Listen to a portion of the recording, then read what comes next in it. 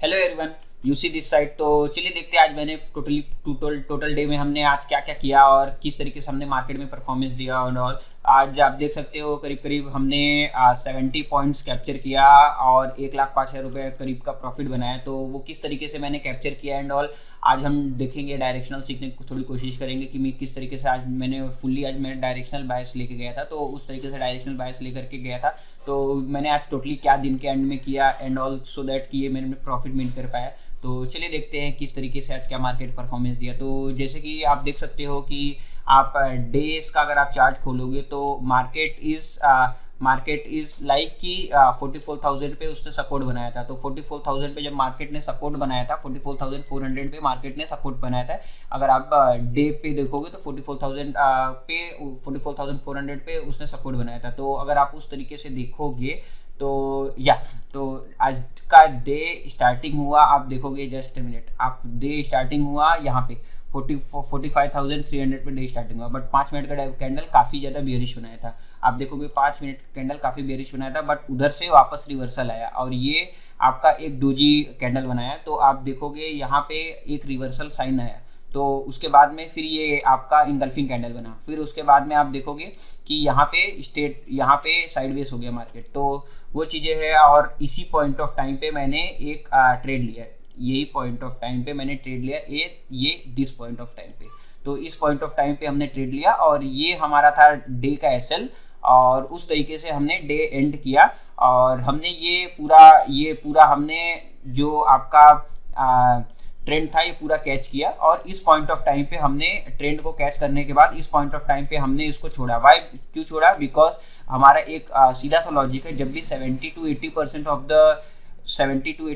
Of the premium जब decay हो जाता है तो हम बेसिकली ट्रेड को छोड़ देते हैं। बिकॉज हम इंट्राडे प्लेयर है, हमारे लिए कल भी है परसों भी है। तो अगर समझो अगर 10 आपने 100 रुपये का ऑप्शन सेल किया और 100 रुपये का ऑप्शन ये आ गया आपका 20 रुपये, ये यहाँ तक बहुत अच्छा लगता है। बट अगर ये 20 का वापस से 200 जाता है ना तो आपको बेसिकली बहुत ज़्यादा फायर फाइट करना पड़ेगा एंड ऑल। तो वो चीज़ें आपको फेवर नहीं करेगा in the long term.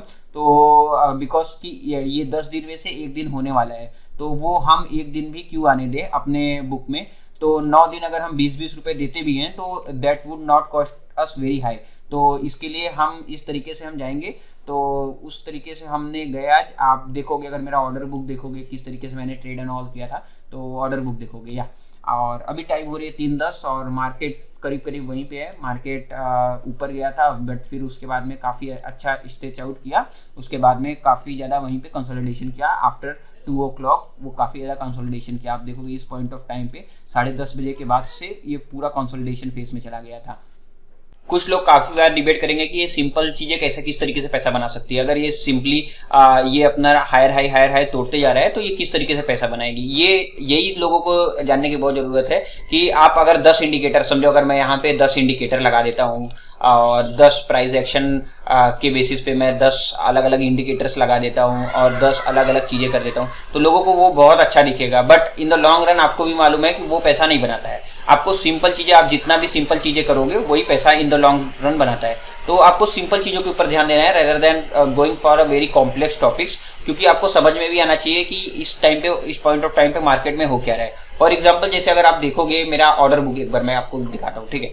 Order book आप देखोगे तो मैंने करीब 90 रुपीज़ पे सेल किया, ठीक है। अभी कुछ लोग क्या करते हैं 90 रुपीज़ पे सेल किया और 120 आया, वहाँ पे फिर वापस एक लॉट और सेल करेंगे। सो वो डाउन ट्रेंड, मतलब बेसिकली आपका जब भी ऑप्शन जब भी आपका ऊपर जा रहा है, जब आपका M2M लॉस में दिख रहा है तो वो एवरेजिंग करते हैं। जबकि इन ट्रेडिंग ये चीज़ें आप इन्वेस्टिंग में कर सकते हो, ये चीज़ें आप ETFs अगर बाई करके रखे हो, ये चीज़ें अगर आप म्यूचुअल फंड्स बाई करके रखे हो तो वहाँ पे कर सकते हो। बट बेसिकली वहाँ पे भी आप इन्वेस्टिंग में अगर आपने कोई बहुत अच्छा कोई स्टॉक भी पकड़ाया हुआ है तो वहाँ पे भी आप एक पॉइंट ऑफ टाइम से ज़्यादा नहीं जा सकते हो, वहाँ पे भी ये लिमिटेशन है। बट अगर आप ETF में बाई करके रखे हो, म्यूचुअल फंड बाई करके रखे हो, वहाँ पे अगर आपका बेसिकली अगर आपका अनरियलाइज्ड प्रॉफिट अगर नीचे जाता है या आपका बेसिकली आपका कैपिटल नीचे जाता है, आप वहाँ पे एवरेजिंग कर सकते हो। बट अगर आप ट्रेडिंग में देखोगे तो आपको सिंपली उसका अपोजिट करना पड़ता है। क्यों? क्योंकि अगर ट्रेडिंग में अगर आपका M2M अगर नीचे जा रहा है, आपका अगर M2M नीचे जा रहा है, आपको वहां पे कट करना है, आपके लॉसेस को हमेशा वहां पे कट करना है। अगर आपके M2M हाई जा रहे हैं, M2M आपके अगर प्लस हो रहे हैं, तो आपको वहां पे और पोजीशन अपना बिल्डअप करना है to gain more and more, because आपको हमेशा जब भी लेना है मार्केट में लॉसेस कम लेना है और प्रॉफिट को ज्यादा रखना है, ज्यादा से ज्यादा प्रॉफिट रखने की कोशिश करना है, तभी आप जाकर के लॉन्ग टर्म में पैसा बना पाओगे। प्रॉफिट को ज्यादा से ज्यादा रखना है, लॉसेस को हमेशा कम से कम रखना है। अभी मैंने आज क्या किया, दिन के स्टार्टिंग में मैंने बेसिकली फर्स्ट ऑफ ऑल मैंने हेजिंग बाय किया नॉर्थ ईस्ट पे, ठीक है। मैंने हेजिंग बाय किया क्यों, क्योंकि बेसिकली मुझे मार्जिन बेनिफिट चाहिए। फिर उसके बाद 938 पे मैंने 90 रुपीज पे सेल किया, 45,000 का पुट मैंने सेल किया। अभी ये 45,000 का पुट सेल करने के बाद मेरे M2M में एक भी रुपए का माइनस नहीं दिखा। क्यों, क्योंकि वहां से मार्केट मुड़ा ही नहीं। फिर उसके बाद मार्केट वहां से बेसिकली मेरे फेवर में जाता गया, मार्केट ऊपर जाता रहा, तो वो 90 रुपीज का वो 68 हो गया। मैंने 68 में वापस से सेल किया सेम 900 क्वांटिटी। उसके बाद में हमने 20 रुपए का बाईबैक किया। बाईबैक कितने बजे किया, 10-12 के करीब किया। यानी ये टोटल ट्रेड करीब आपका आधे घंटे के अंदर पूरा ट्रेड खत्म हो गया। ये क्यों मैंने आधे घंटे के अंदर ट्रेड लिया और खत्म कर दिया, उसका भी एक बहुत बड़ा लॉजिक है। क्यों, अगर मैं दिन के एंड में होल्ड करता तो ये बेसिकली ये पूरे ऑप्शन जीरो हो गए। अगर आप देखोगे, अगर आप ये खोल करके देखोगे, सारे ऑप्शन जीरो हो गए। अगर आप ये देखोगे जस्ट अ मिनट, ये अगर आप देखोगे ऑप्शन सारे जीरो हो गए। जब मैंने करीब मैंने 10:30 बजे बाईबैक किया, अगर आप 10:30 बजे के बाद के उठा करके देखोगे तो ये सब जीरो हो गए। 10:30 बजे करीब मैंने यहाँ पे इस पॉइंट ऑफ टाइम पे मैंने बाईबैक किया, बट वहां से एक भी स्पाइक नहीं है, सारे जीरो हो गए।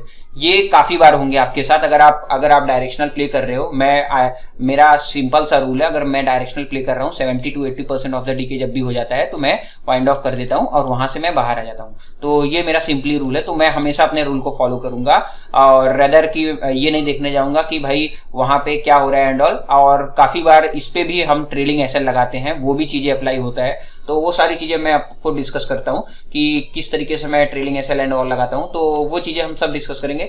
तो आप बेसिकली अगर आप देखोगे तो इस पॉइंट ऑफ टाइम पे एक अच्छा खासा सपोर्ट बन गया था और यहाँ पे अच्छा खासा रेजिस्टेंस था। क्यों अच्छा खासा रेजिस्टेंस था, अगर इसको मार्केट अगर तोड़ रहा है तो काफी, अगर अच्छे कैंडल से तोड़ रहा है तो आपको भी मालूम है कि इसके ऊपर ही रहेगा मार्केट।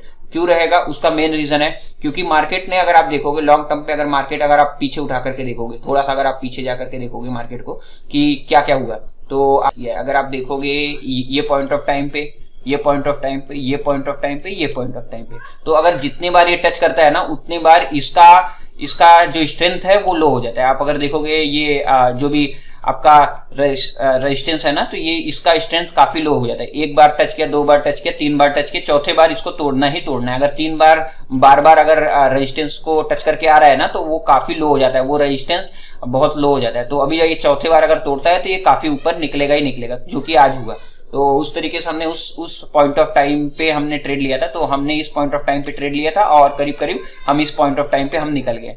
तो सेम वही लॉजिक है हमारा कि 70 to 80% अगर आपका डीके हो जाता है और आप डायरेक्शनल बायस में हो, प्लस आपको भी मालूम है कि कल आपका बजट है, तो अगर कल बजट है तो आपका मार्केट में काफी ज्यादा वॉलेटिलिटी होने वाली है। अगर आपको 70-80% अगर आपको मिल गया है तो आपको निकल जाना चाहिए, आई थिंक सो। आपको इसका पूरा मैं वेरीफाइड पीएल दे देता हूँ एक बार को, जस्ट अ मिनट। हाँ, ये रहा सेंसिबल का वेरीफाइड पीएल।